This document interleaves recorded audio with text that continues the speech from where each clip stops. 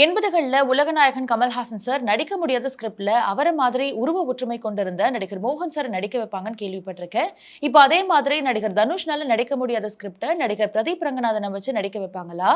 நடிகர் பிரதீப் ரங்கநாதனுடைய வளர்ச்சியை பத்தின உங்களுடைய கருத்து என்னன்னு புதுக்கோட்டையில இருந்து மதன் கேட்டிருக்காங்க.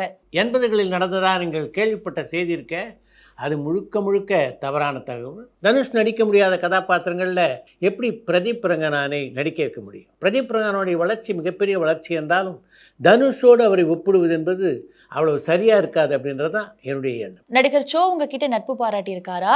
அவருக்கு மத்திய அரசினுடைய விருதுகள் கிடைச்சிருக்கான்னு கோவை புதூர்ல இருந்து பாபு கேட்டிருக்காங்க. சோவுக்கும் எனக்கும் நல்ல நட்பு இருந்தது. என்னை சினிமா உலகத்துக்கு அழைத்து கொண்டு வந்தவர் தெல்லூர் தர்மராஜன் அப்படின்னு இந்த நிகழ்ச்சியில் பலமுறை நான் சொல்லியிருக்கேன். அந்த தெல்லூர் தர்மராஜனுக்காக ஆரணியிலேயே நடைபெற்ற ஒரு நாடக விழாவிலே கலந்து கொண்டு சிறப்பித்தவர் தான் சோ. நான் தயாரிப்பாளரானதுக்கு பின்னாலே நாங்கள் தயாரித்த புதிய திருப்பு திரைப்படத்திலும் நல்ல ஒரு கதாபாத்திரத்தில் நடித்திருந்தார் சோ.